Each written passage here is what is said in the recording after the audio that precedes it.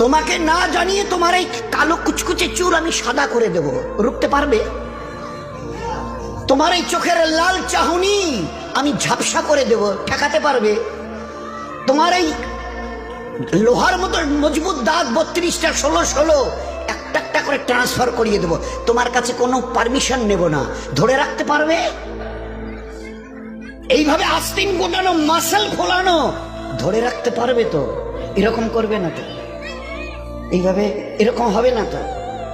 সামনে এসে একটা পান দিচ্ছে, এই হাত, চাচা এই হাতটা নিলেন, এই হাতটা কলেন, আরে বাবা দেখ না চিমটি কাটিতে কিচ্ছু নেই।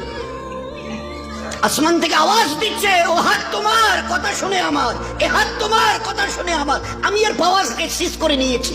এই দুটো পা যদি হনন হনন করে হেঁটে চলো, খালি একটা পায়ের যদি সামান্য একটু প্যারালাইসিস করে দিই না, তো জীবনভর করে হাঁটতে হবে।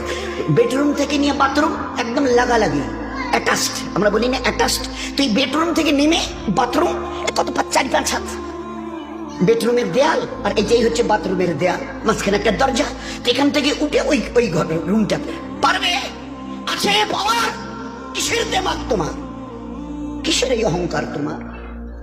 শুনুনি কোনোদিন নবীজির কাছ থেকে অহংকার, তাকাব্বুর এটা আমার চাদর, বড়াই এটা আমার চাদর, আল্লাহ বলছেন। আর আমার চাদর ধরে যে টান দেয় তার ঠিকানা কোথায়? ভাই বলেন না, সবাই কম বেশি জানে।